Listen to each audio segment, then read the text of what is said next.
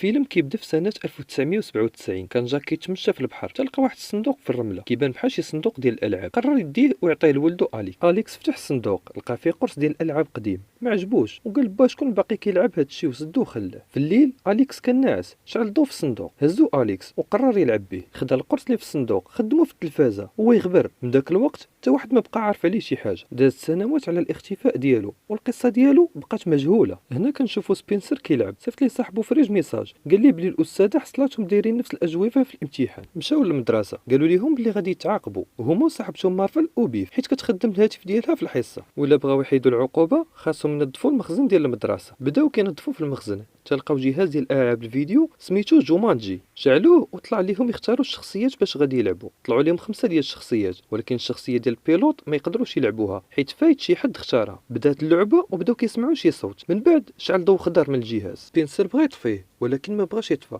شويه بداو كيختفيو واحد بواحد. هنا كنشوفوا سبنسر تحول الشخصيه ديال الدكتور بريفيستون اللي عنده جسم قوي وكله عضلات. شويه نزلوا 3 عرفهم صحابو اللي كل واحد فيهم تحول الشخصيه اللي اختارها في اللعبه. بيف شافت راسها بشخصيه تاع راجل وكلهم عندهم 3 الشراطي في يديهم وبقاو ناقشين حيت ما فهموش شنو طاري. شويه طلع ليهم فراس النهر وكلا بيف اللي كانت محوله لشخصيه الدكتور شيلي. كلهم تصدموا وبقاو كيتناقشوا حتى طاح الدكتور شيلي من السما. مشاو يشوفوه وهما مصدومين وخصوصا فرانك اللي بدا كيشرح ليهم قوه فرس النهر. وهنا كنعرفوا الدور ديال فرانك في اللعبه حيت هو خبير ديال الحيوانات وعنده القدره يعرف معلومات على جميع الحيوانات. رجع هجم عليهم فرس النهر تاني وهما هاربين وقفات عليهم طوموبيل فيها واحد الراجل. طلعوا باش يهربوا. منين كانوا غاديين معاه بداو كيسولوه شنو واقع. الراجل بدا كيشرح ليهم بانهم في لعبه وكل واحد فيهم عنده دور فيها. الشخصيه ديال روبي محترفه في القتال والدكتور بروفيسون عالم اثار مشهور. بقى كيعاود لهم الدور ديال كل شخصيه فيهم. عرفوا بلي هو غير شخصيه مبرمجه في اللعبه كتعطي المعلومات فقط. قال لهم بلي هما هنا باش يحيدوا اللعنه على الغابه. قال لهم بلي كاع داكشي اللي غادي يحتاجوه كاين في واحد الرساله عند الدكتور بروفيسون. شويه بانت الرساله في يديه بدا كيقرا فيها باش يفهم شنو كاين. والقصه كتدوي على واحد الراجل سميتو ميغل سرق جوهره سميتها جوهره النمر وفاش خداها سيطرت عليه الجوهره وقدر بها يستغل حيوانات الغابه. من بعد جا واحد وسرقها منه. الراجل جبد الجوهره وعطاها ليهم وقال لهم بلي المهمه ديالهم هي يرجعوا الجوهره لعين نمر اللي كاينه في الجبل. فاش يحطوها بلاصتها يغوتوا كلهم بصوت واحد بسميه اللعبه اللي هي جومانجي. عطاهم خريطة الغابة ومشى. خداو الخريطة وحاولوا يخبيوها باش ما تضيعش منهم حيت هي الحل الوحيد باش يخرجوا من تما. ولكن انتبهوا انه ناقصها واحد الطرف وهي خاوية. جا الدكتور شيلي حيت هو الدور ديالو عالم رسم الخرائط داكشي لاش يقدر يشوف الخريطة. شوية الدكتور بروفيسون قص صدرو وطلعت ليهم واحد الشاشة اللي مكتوب فيها المعلومات ديالو والدور ديالو في اللعبة وكلهم داروا نفس الحركة وطلع ليهم المعلومات ديالهم ونقاط الضعف ديالهم ونقاط القوة.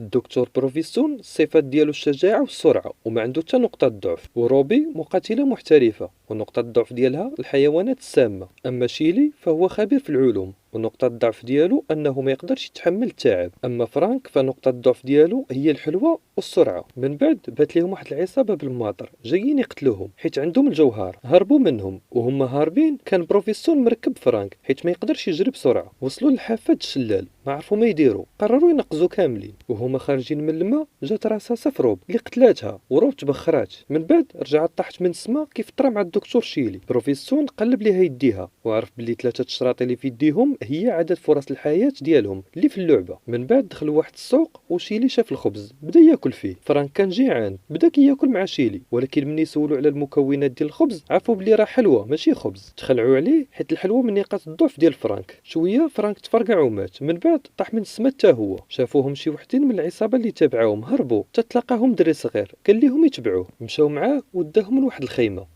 قال لهم داكشي اللي بغيتوه غتلقاو في هاد السله. فاش بروفيسون حل السله لقى لفعه خضراء وسد عليها وبداو كيتناقشوا. فهموا باللي خاصهم يتيقوا في بعضياتهم باش يقدروا يحلوا اللغز. بروفيسون فتح السله وخرجت اللفعه وكانت قاصده روبي وبروفيسون قدر يشدها حتى جا فرانك وحيد ليها نيابها وطلقوها على حقاش ما بقاتش خطيره. شافوا السله لقاو فيها رساله وتمثال ديال فيل صغير. الرساله كتقول ملي يشوفوا الفيل خاصهم يركبوا عليه. رجعوا للسوق لقاو العصابه مازال كتقلب عليهم وهجموا عليهم وحاصروهم. شويه بشويه شي حد لاح قنبله ديال الدخان وجرهم من تما وهرب بيهم. بقاو غاديين تحت الارض والراجل اللي هربهم عارف كاع الفخاخ اللي تما. سولوه واش انت شخصيه كتلعب معانا ولا شخصيه مبرمجه في اللعبه. خرجهم من واحد الباب وقال لهم من بعد نجاوبكم. مشاو واحد البلاصه امنه وبقاو كيهضروا. عاودوا ليه كيفاش تلقاو اللعبه في المدرسه وخدموها. قال لهم بلي حتى هو حاول يلعب ولكن كانت الفرص ديالو قليله حيت كان بوحدو وخسر فرص الحياه ديالو اللي كانت عنده كلها وبقات عنده فرصه وحده ما قدرش يخسرها واستسلم ومن تما هو محبوس. وقال لهم بلي المرحله الثانيه من اللعبه هي يقتحموا واحد المخزن فيه هليكوبتر وهكاك يمكن يوصلوا لقمه الجبل دغيا. فكروا باش تمشي روب تشتت انتباه الرجال اللي تما حيت هي البنت الوحيده اللي معاهم وهي محترفه في القتال. روبي وافقات ومشات للمخزن وهي غاده قال لهم بلي روبي كتشبه الممثلات ديال سنه 1996. عرفوا بلي هو روبي اللي كان غبر في 1996. بداو كيربطوا في الاحداث فاش اختاروا الشخصيات عرفوا بلي هو الشخصيه الرابعه ديال الطيار يعني اليكس 20 عام وهو محبوس في اللعبه. روب كتحاول تشتت انتباه الرجال ولكن بلا فائده